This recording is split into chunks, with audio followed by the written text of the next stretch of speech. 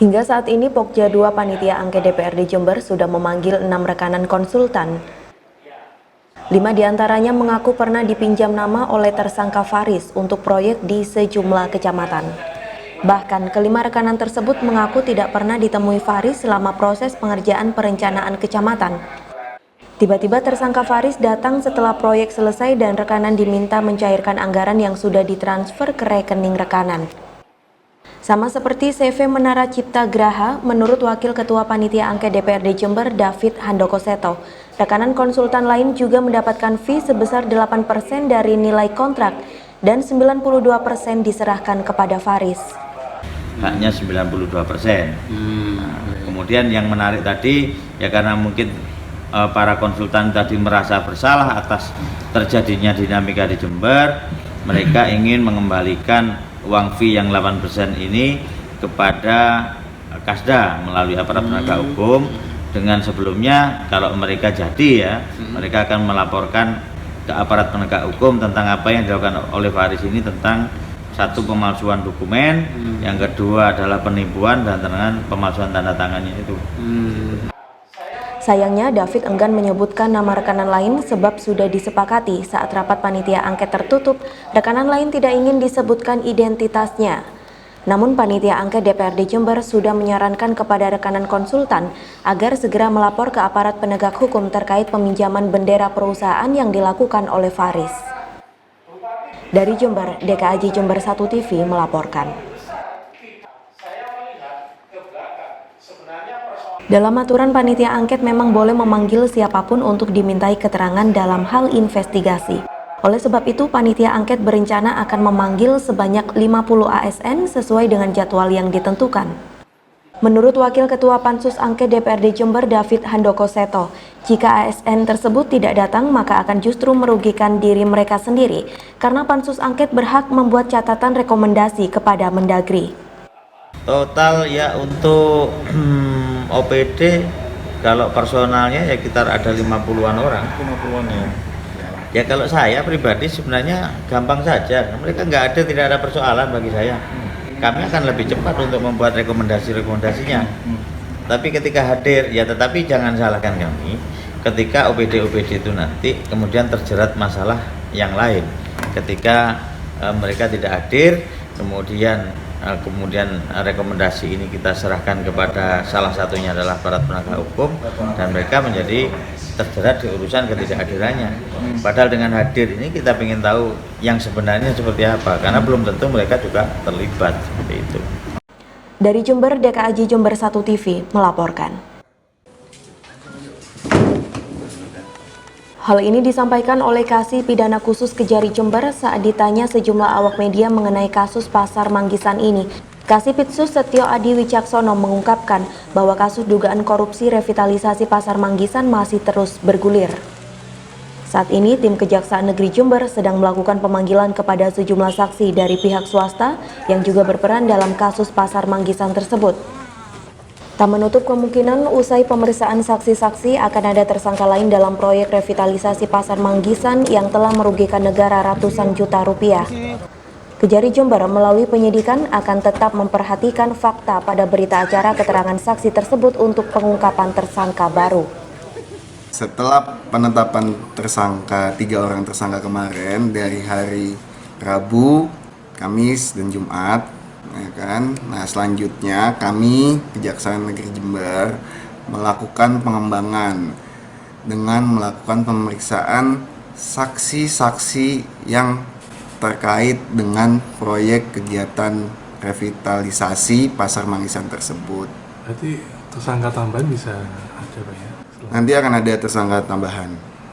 Selanjutnya, Kejari Jember akan bekerja secara maraton untuk pengungkapan kasus ini hingga tuntas sebelum sidang yang dilakukan oleh Pengadilan Tipikor di Sidoarjo. Sesuai dengan jadwal, sidang Tipikor akan dilaksanakan 2 minggu setelah ditetapkannya tersangka. Dari Kejaksaan Negeri Jember, Yudis Adi Jember 1 TV melaporkan. Pengurangan pupuk bersubsidi menjadi pukulan telak bagi para petani khususnya di Jember Selatan. karena pupuk merupakan salah satu bahan yang sering digunakan dalam pertanian yang berfungsi untuk membantu menyuburkan tanaman budidaya. Bagi petani padi, pupuk merupakan kebutuhan pokok yang tidak bisa ditunda. Jika terlambat melakukan pemupukan, akan mengganggu pertumbuhan padi dan berakibat akan menurunkan hasil panen. Hal ini diperparah dengan banyaknya sawah petani di Jember Selatan yang mengalami kekeringan akibat dari sulitnya mencari air dan mulai mengeringnya sumber air di area persawahan sejak 2 bulan terakhir. Untuk mengantisipasi menurunnya hasil panen, petani terpaksa mengeluarkan biaya ekstra untuk mendapatkan pupuk non-subsidi yang harganya mencapai 2 kali lipat dari harga pupuk bersubsidi.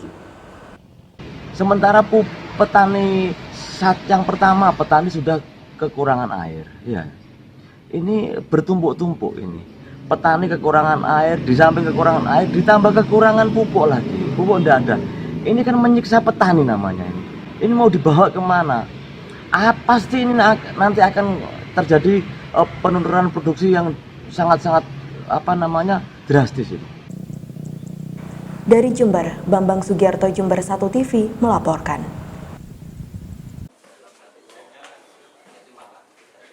Sebuah ruang isolasi diperuntukkan bagi pasien corona di Rumah Sakit Siloam, Jember. Di dalam ruangan ber-AC itu diberi berbagai macam peralatan medis seperti tabung gas untuk pernafasan, tempat tidur 1 bed, tempat infus, aliran listrik untuk kebutuhan medis, berikut pakaian dokter saat memberi pelayanan kesehatan bagi pasien terpapar virus corona. Meski bukan rumah sakit rujukan untuk penderita corona, namun setidaknya Rumah Sakit Siloam Jember mengantisipasi dini jika dari pasien yang datang untuk memeriksakan diri ternyata ada yang terdeteksi virus corona. Sehingga pasien langsung ditempatkan di kamar isolasi berikut para medis yang menangani kasus penyakit tersebut. Kepala Bagian Pemasaran Rumah Sakit Siloam Jember, Bayu Anggadewa, membenarkan jika Rumah Sakit Siloam Jember saat ini telah menyediakan 4 kamar isolasi bagi penderita corona. Meski sejauh ini belum ada penderita corona, namun guna mengantisipasi sejak dini dengan menyiapkan kamar khusus penderita corona akan dapat cepat tertangani sehingga meminimalisir penularannya. Jadi tidak benar jika ada WNA yang diduga terinfeksi kasus corona yang dirawat di Rumah Sakit Siloam Jember. Yang sebenarnya adalah hanya pasien lokal dan ini tidak terbukti juga memenuhi kriteria suspek infeksi virus corona. Pasien bisa dipulangkan karena dari hasil pemeriksaan dan dari hasil koordinasi kami hanya sakit biasa saja dan telah kami beri edukasi bila mana ada gejala atau misalnya sakitnya berat itu bisa kembali ke rumah sakit. Tapi pada kondisi kemarin pada hasil pemeriksaan boleh dipulangkan untuk rawat jalan saja. Meski demikian, untuk mengantisipasi adanya pasien corona, pihak Rumah Sakit Siloam Jember telah menyiapkan 4 ruang isolasi. Dari Jember, DKJ Jember 1 TV melaporkan. Ketua PGRI Cabang Jember Supriyono mengaku resah mendengar ada pengondisian GTT untuk mengisi pernyataan dukungan terhadap bakal calon bupati melalui jalur independen. Sebab dikhawatirkan suara GTT hanya dimanfaatkan oleh oknum yang tidak bertanggung jawab. Menurut Supriyono, alangkah lebih baik jika GTT cukup memilih saat proses pemilihan berlangsung, sesuai dengan pilihan calon bupati yang sudah ditetapkan oleh KPU Jember. Supriyono berharap GTT bisa berpikir sehat dalam memilih calon bupati, mengingat saat ini ada ribuan GTT yang kesejahteraannya belum diperhatikan, apalagi pegawai tidak tetap atau PTT yang belum disentuh Pemkab sama sekali. Itu benar atau tidak, info itu benar atau tidak, yang jelas saya minta kepada teman-teman GTT ataupun PNS, guru-guru PNS atau pegawai PNS itu hati-hati ya, karena persoalan dukung-mendukung ini lukanya sembuhnya lama gitu ya. Artinya tatkala ada pengalaman bagi kita dulu di lingkungan guru karena mendukung salah satu calon dan calon itu tidak jadi, bupati terpilih selalu mengingat-ingat ya bahwa dia tidak mendukung saya, dan itu selalu memposisikan teman-teman guru ya tidak pada posisi bekerja yang menyenangkan, tetapi bekerja yang ya penuh was-was, kemudian tidak jelas, itu karena ada kebijakan-kebijakan yang membuat dunia guru atau dunia pendidikan menjadi tidak nyaman gitu ya. Supriyono juga meminta kepada GTT agar tidak perlu takut jika ada ancaman-ancaman baik psikis maupun fisik, sebab bisa langsung dilaporkan ke aparat penegak hukum atau Badan Pengawas Pemilu atau Bawaslu jika hal itu terkait pengondisian pemilu. Dari Jember, DKAJ Jember 1 TV melaporkan.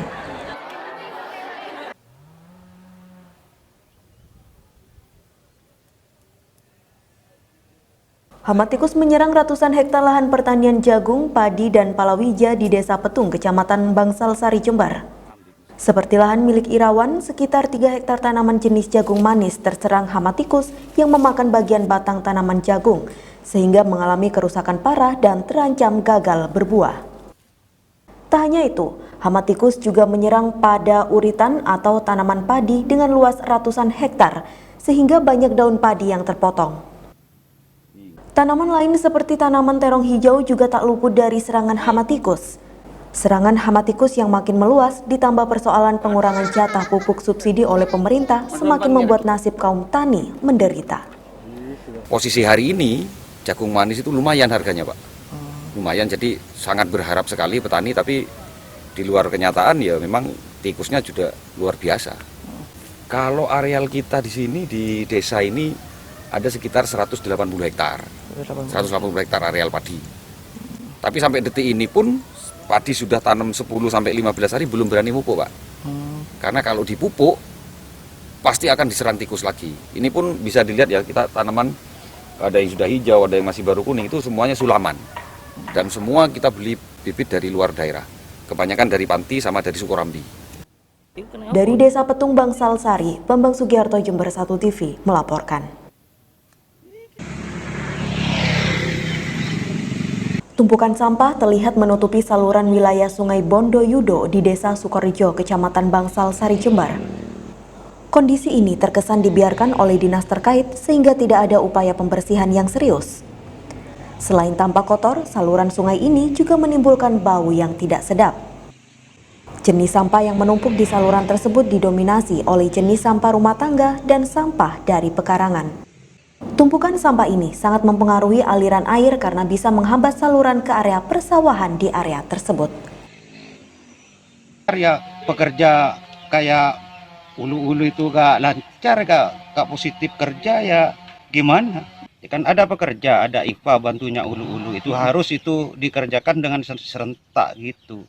Ya terpengaruh, gak bisa mengairi sawah. Ya kebanyakan kalau sekarang ya pempes kan gitu. Iya. Dari Sukorejo Bangsal Sari, Bambang Sugiharto, Jember 1 TV melaporkan. Proyek pembangunan gedung baru Rumah Sakit Dr. Subandi Jember senilai 11 miliar rupiah ternyata masih belum selesai dan hingga saat ini masih dalam proses pengerjaan meski melewati tahun anggaran. Kondisi ini tentu sangat disesalkan oleh berbagai pihak, tak terkecuali Wakil Ketua Pansus Angket DPRD Jember, David Handoko Seto. Menurutnya, meskipun proyek tersebut rampung, diprediksikan belum bisa segera digunakan, sebab masih ada proyek finishing gedung tersebut yang baru dianggarkan tahun 2020. Kami mendapatkan salah satu data di temuan kami bahwa untuk pembangunan Rumah Sakit Subandi yang dianggarkan di APBD itu 16 miliar hari ini belum selesai. Padahal ini kan sudah lewat masa anggaran 2015. Kami pengen mengetahui apa sih masalahnya di sini. Nah ternyata memang ini temuan kami memang mulai dari proses perencanaan memang sudah kacau. Dari proses perencanaan awal. Awalnya kan ini dapat bantuan DAK dari pusat 26 miliar. Nah saya pikir ketika kami sudah ke sini, ini masih pada posisi DAK yang 26 miliar hanya mungkin tidak bisa diserap semua. Tapi ternyata yang DAK itu gagal serap dan ternyata yang ini pembangunan 2019 ini dianggarkan dari APBD. Senilai 11 miliar. 11 sekian. Di pagunya 16 dan kemudian bisa diserap 11 miliar. Belum lagi menurut David, anggaran tersebut masuk dalam kategori multi-years, di mana proyek pembangunan yang dikerjakan dalam waktu lebih dari 1 periode anggaran dan harus mendapatkan persetujuan dari DPRD. Dari Jember, DKAJ Jember 1 TV melaporkan.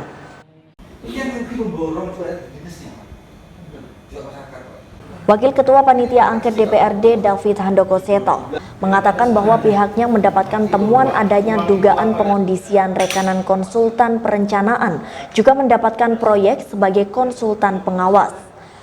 Namun syaratnya titik proyek konsultan pengawas tidak sama dengan titik proyek yang didapatkan rekanan sebagai konsultan perencanaan. Bahkan informasi yang didapat Panitia Angket DPRD, pengondisian tersebut diduga dilakukan oleh oknum pejabat Pemkab yang menangani proyek tersebut. Melihat kondisi ini, menurut David ada modus yang perlu diselidiki lebih jauh, mengingat satu rekanan konsultan perencana mendapatkan lebih dari 1 titik proyek. Jumlah 5 rekanan yang sudah hadir, konsultan perencana semua. Tapi sudah melalui 2 kali pemanggilan kan, yang beberapa waktu yang lalu sama hari ini. Hari ini tadi datang 4 konsultan ya, bendera perencanaan. Tapi menariknya lagi, mereka juga mengerjakan pengawasan ternyata, tidak hanya di perencanaan. Jadi tadi ada modus seperti ini. Kalau satu bendera itu bisa merencanakan di beberapa titik ya. Kemudian dia juga bisa mengawasi di beberapa titik, tetapi aturan mainnya tidak boleh mengawasi titik yang direncanakan, harus di tempat lain. Jadi ada semacam pertukaran sebagian disilang, dan itu sudah dikondisikan oleh kemungkinan oleh BPK. Oleh karena itu, dalam waktu Pansus akan memanggil rekanan konsultan perencana lainnya. Diperkirakan masih ada sekitar 40 bendera rekanan konsultan di Jember yang belum dipanggil oleh Panitia Angket DPRD.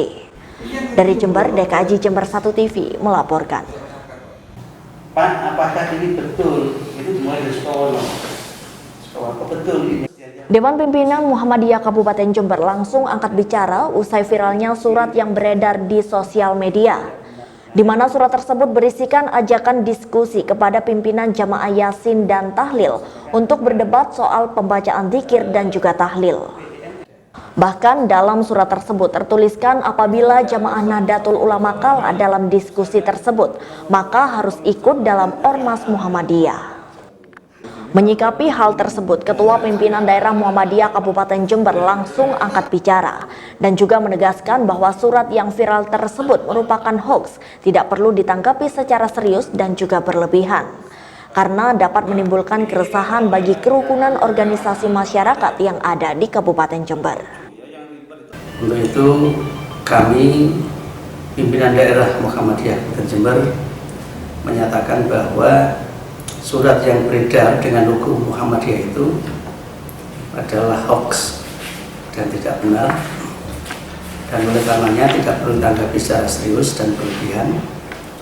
Wabil khusus kepada seluruh pimpinan, kader, anggota, dan warga simpatisan Muhammadiyah di Jember, saya kira kita harus lebih fokus pada gerakan kita untuk tetap istiqomah beramal ma'ruf nahi munkar sesuai dengan prinsip-prinsip dan nilai-nilai yang diajarkan dalam Muhammadiyah, sehingga kita berada dalam bingkai insan Muhammadiyah yang berkepribadian Muhammadiyah, taat pada ketentuan hukum perundangan yang berlaku. Dari Jember, Yudisa di Jember 1 TV melaporkan.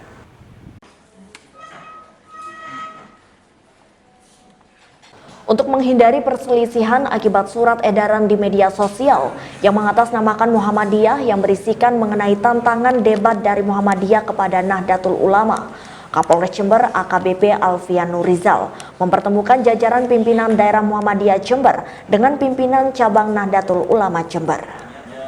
Mediasi ini sebagai langkah bersama untuk menyelesaikan permasalahan surat kaleng yang sempat meresahkan masyarakat Jember. Dalam penuturannya, Ketua Pimpinan Daerah Muhammadiyah menegaskan bahwa surat tersebut murni hoax yang dilakukan oleh oknum untuk memecah belah hubungan NU serta Muhammadiyah Jember.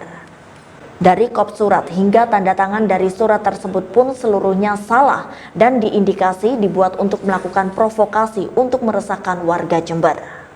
Beredarnya surat yang berlogo pengurus cabang Muhammadiyah Kabupaten Jember yang saat ini mungkin menjadikan bahan di media sosial bisa menimbulkan keresahan, maka kami sebagai Ketua PDM Kabupaten Jember menyatakan hal itu adalah hoax, tidak benar. Pimpinan daerah Muhammadiyah Jember tidak pernah membuat, tidak pernah mengeluarkan dan tidak pernah mengedarkan surat yang semacam itu, dan oleh karena itu kepada seluruh warga Muhammadiyah, pimpinan, anggota atau simpatisan, serta kepada seluruh masyarakat yang ada di Jember utamanya, saya berharap untuk tidak terprovokasi dengan surat yang beredar di medsos tersebut, karena kita sudah sepakat bahwa di dalam menjalani kehidupan ini kita harus rukun, damai, tertib, dan sejahtera. Sementara itu, Sekretaris PCNU Jember Abdul Hamid Pujiono menghimbau kepada seluruh warga Nahdlatul Ulama agar menahan diri untuk tidak terpancing emosi dengan adanya surat kaleng tersebut yang bertujuan untuk memecah belah NU dan Muhammadiyah serta juga warga Jember. Sebagaimana yang disampaikan oleh pimpinan daerah Muhammadiyah Jember, bahwa informasi terkait dengan surat tantangan debat yang meresahkan itu adalah tidak benar atau hoax.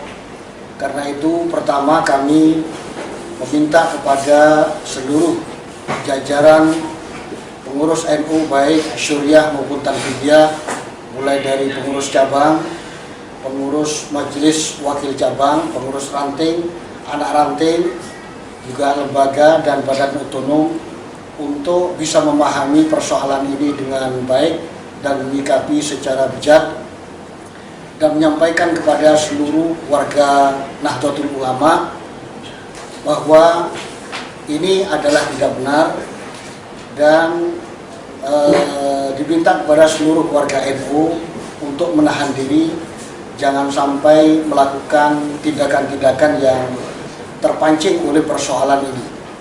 Yang kedua, kami untuk mendalami, menyelidiki dan menyelesaikan persoalan ini, sehingga siapa sebenarnya orang yang tidak bertanggung jawab ini harus diusut sampai tuntas dan sampai mendapatkan sanksi sebagaimana peraturan yang berlaku. Untuk menindaklanjuti penyebaran berita hoax tersebut, kini tim Cybercrime Polres Jember sedang melakukan penyelidikan terkait pelaku penyebaran surat tersebut. Dari Mapolres Jember, Yudisadi Jember 1 TV melaporkan.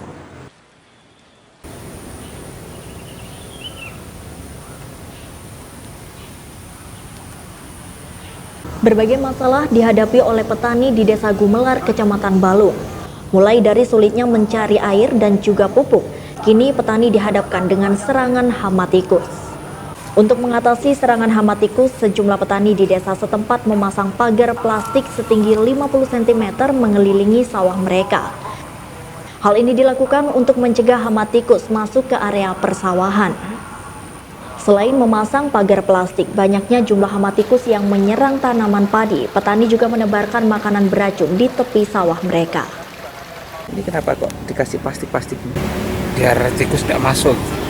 Pak, selain cara dikasih plastik ini ada cara lain nggak, Pak? Pakai racun, ya terserang nanti. Nanti kan kalau kasih racun nanti kan angin, Mas, harus di tengah. Harus di tengah-tengah. Ya. Kalau dikasih plastik kan nanti mana yang bolong itu tinggal kasih racunnya. Dari Balung, Bambang Sugiarto, Jember 1 TV melaporkan.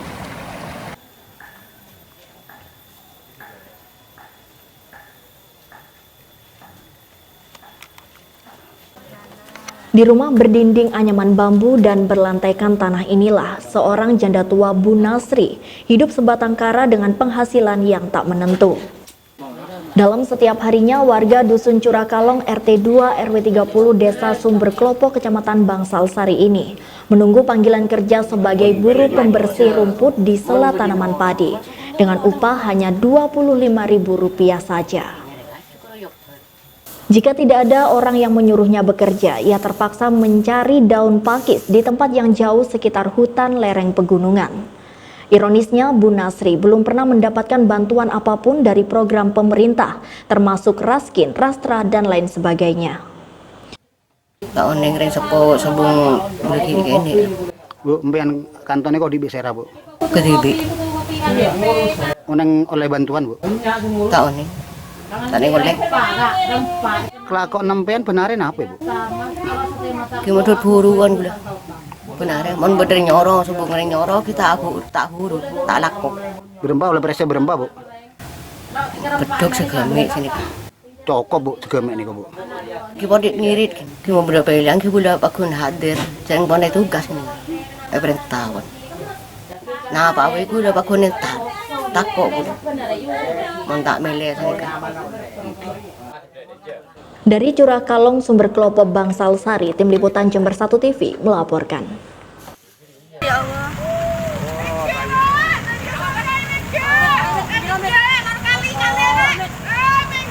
Ya Rabbi, ya Allah. Astagfirullahaladzim. Banjir ya Allah.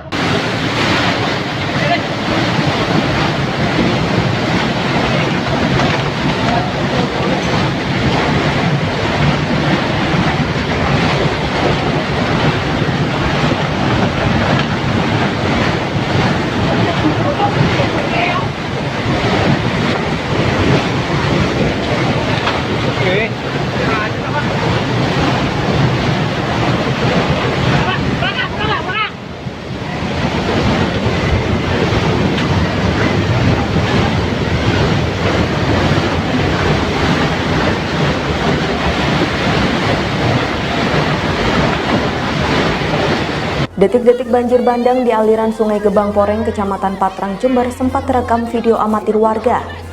Di wilayah Gebang Poreng ini, tepatnya di Dam Gebang, air pekat bercampur material mengalir deras secara tiba-tiba. Dalam waktu cepat, debit air bertambah hingga ketinggian 3 meter. Kejadian ini sempat menjadi tontonan warga sekitar yang ingin menyaksikan luapan aliran sungai. Tingginya debit air mengakibatkan beberapa rumah warga digenangi lumpur bercampur material. Setidaknya terdapat 3 rumah warga yang terdampak meluapnya aliran sungai. Masuk air kurang lebih jam 3. Ya. Awalnya itu banjir itu langsung kayu, tak kelihatan air kayu langsung besar. Langsung masuk gitu. Iya, langsung sana naik, langsung ya alhamdulillah cuma kasur nak. Untuk keluarga enggak selamat? Alhamdulillah selamat. Dari Jember, Yudhisadi, Jember 1 TV melaporkan.